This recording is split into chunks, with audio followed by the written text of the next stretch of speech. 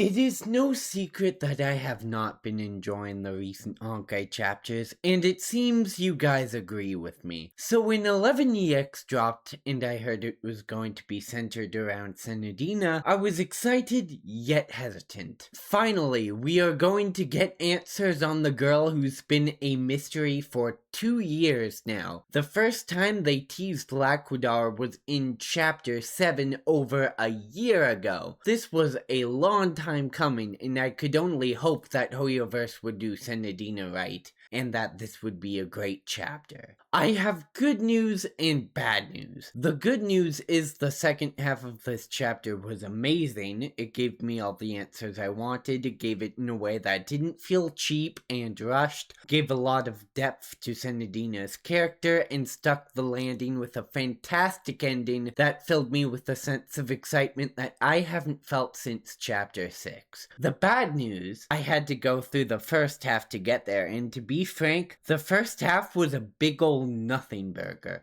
I can't tell you anything that happened in the first half, and I just played it a few hours ago. It was a mix of Chapter 7 EX and Chapter 10 that went on far too long. It had some sweet moments, but sweet doesn't translate to good. I was very bored during that section, and my worry was slowly increasing with each passing minute. But it all turned out okay in the end, so it's best not to think about it and move on. The second half is where all the juice is. It's been a while since we've gotten this much lore, so if I seem like a giddy little kid on Christmas morning, it's because I am. Let's break this down. We finally got to see the history of Laquadar and the tragedy that befell it. Turns out, Senadina was the princess of that planet. Everyone loved her, and she brought peace to the land until the calamitous dragon sent down a meteor, and with it a gift called permanence. This directly ties into HSR. Ever since then, everyone on Laquadar became immortal and was driven crazy because of it. Endless wars consumed Laquadar, and Senadina, Letost, and Naralab ended up leaving the planet because of it. They found Mars. Senadina created Defane, and because she was so far from Laquadar, her permanence slowly faded and she began to age again. The calamitous dragon also comes up in Chapter 9, I just never noticed. It was brought up in Naralab's lair place, I forgot what it was called. Quote, when the calamitous dragon passed by, it shed a scale and revealed the miracle of permanence to the few survivors on this dead planet. There are two distinct differences between these two scenarios. In this one, permanence is being viewed as a miracle, implying that the calamitous dragon saved that planet from extinction, while in this one, it is viewed as a calamity that brought Laquadar to ruin, which makes more sense given the name.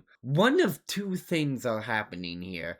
Either the calamitous dragon has a weird savior complex, or this one was written by a scion of permanence. I looked it up. Apparently, the revelation of immortality, aka permanence, was discovered by a godlike being named Lon. They created a lot of descendants called scions, who I would say are basically cult members with the same power. Somewhere along the way, Lon died. I'm not sure how, I didn't look that far into it. Any HSR lore buffs in the comments, I'd greatly appreciate your help.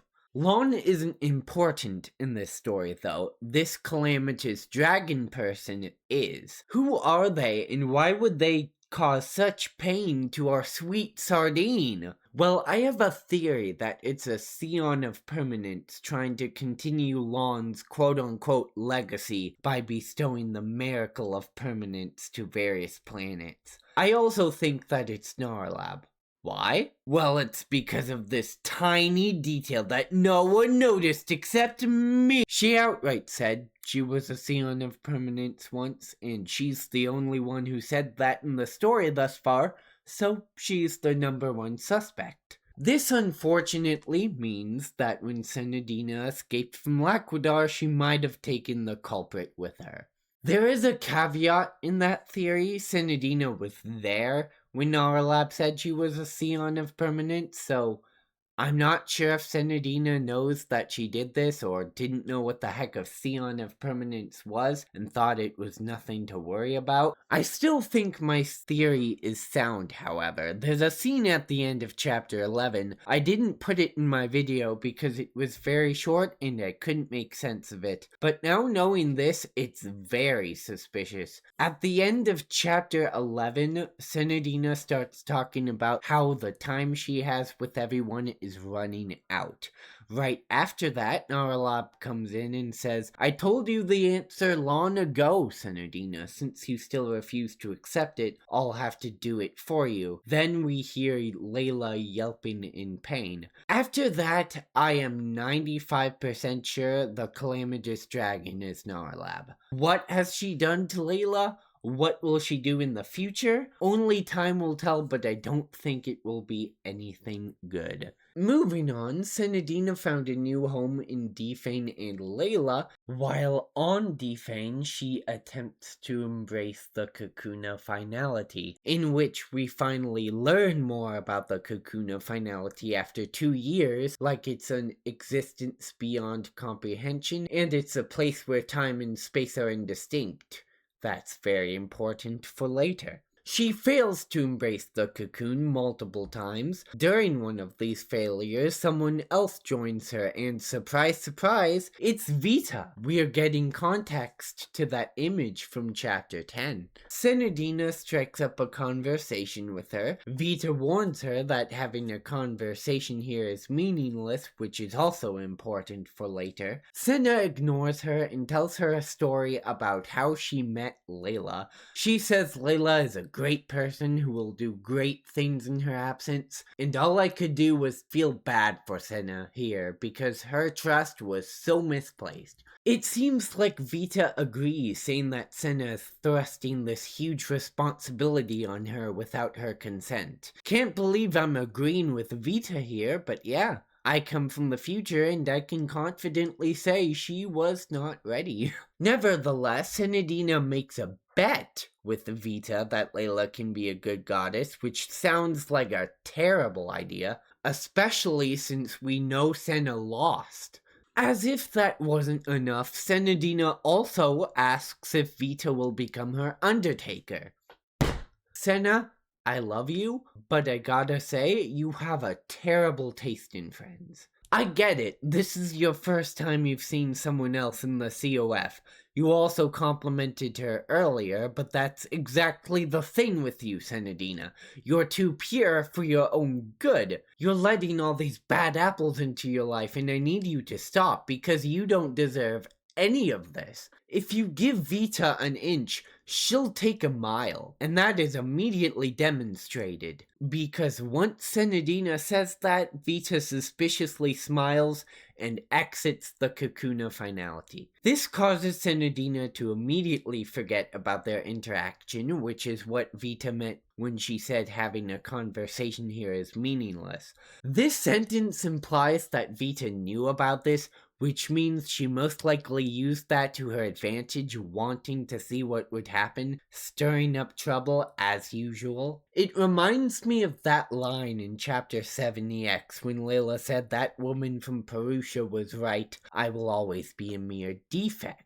Was that just to win the bet against Senna? The bet she doesn't even remember? That's not fair at all. Why is she even doing this? What is her end goal here? I haven't even asked the most important question yet. Where does this take place? Because the first time we saw Vita was in Salt Snow Holy City and Phosphorus when she was still under Saw, and the next time we saw her was in part 2 where she is now. We've never seen her in this outfit. Where does this take place? After Vita becomes the goddess of Phosphorus at the end of chapter 42? Well, that would be the simplest answer, but if you remember, time and space are indistinct in the cocoon. Time works differently here, which makes it very confusing to tell what takes place where. Remember the theory I made on Dream Seeker a while back where I mentioned Vita was also a Dream Seeker and some confusing time travel stuff was going down? Yeah, I think I was right and we're finally seeing some of that in action. In fact, how much do you want to bet that that's why she egged Senna on? Did she know Layla was going to be an absolute train wreck? After Vita disappears when Senadina asks her to be her undertaker, Senadina suddenly gets a glimpse of her future because time works differently. She sees that Layla is indeed a terrible goddess, so she tries to enlist help from Kiana, and this is where it ties into the prologue, which is so cool. I think Senadina wants Kiana to help with Layla.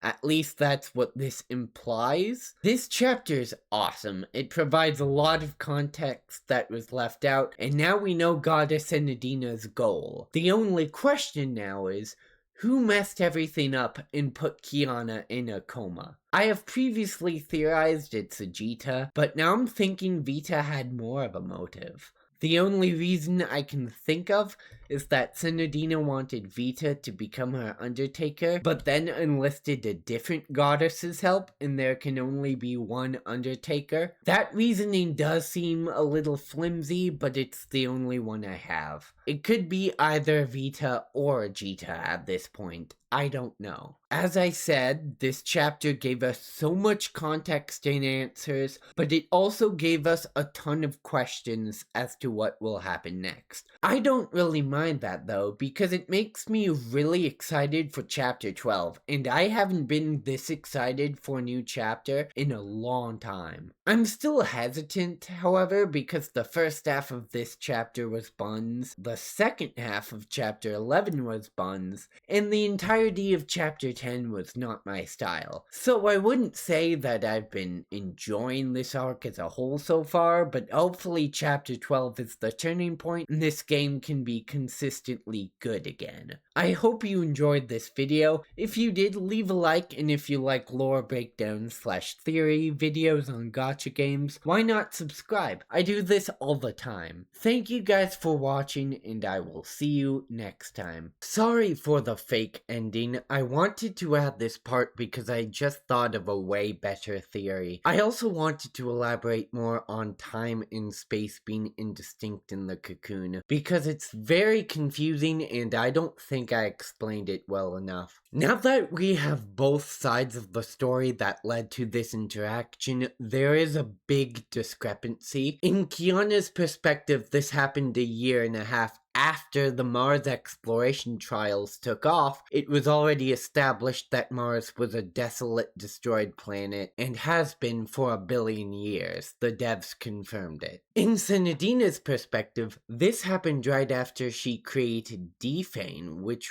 is the first city ever built on Mars. We've established many times that we are in a supercomputer that recreates the history of Mars from long ago. Yet in the cocoon, their stories collide and they can talk to each other. Hopefully this line makes more sense now, and it also makes sense why I question what time period Vita is in. If Kiana and Senadina have a 1 billion year time difference, what time difference does Vita have, you know?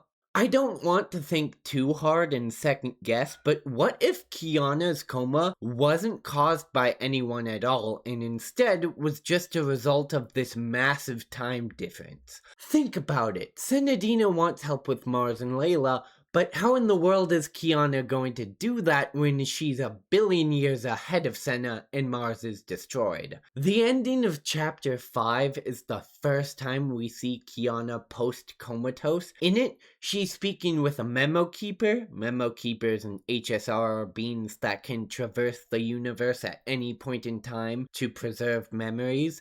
Again, HSR buffs, I'm really leaning on you here. This memo keeper is hostile towards Kiana because she is interfering with the past, present, and future, and I don't think that's a coincidence. Maybe this is why the supercomputer is connected to Kiana. Maybe she is trying to help Senadina, and no one understands that and thinks she's in danger. And that makes sense as well. Who would understand? We're talking about goddesses, time, and the cocoon being one giant TARDIS. Don't get me wrong, I still think Vita's doing something, she always is, but I don't think she has anything to do with this specific case. Anyway, this is the real end of the video.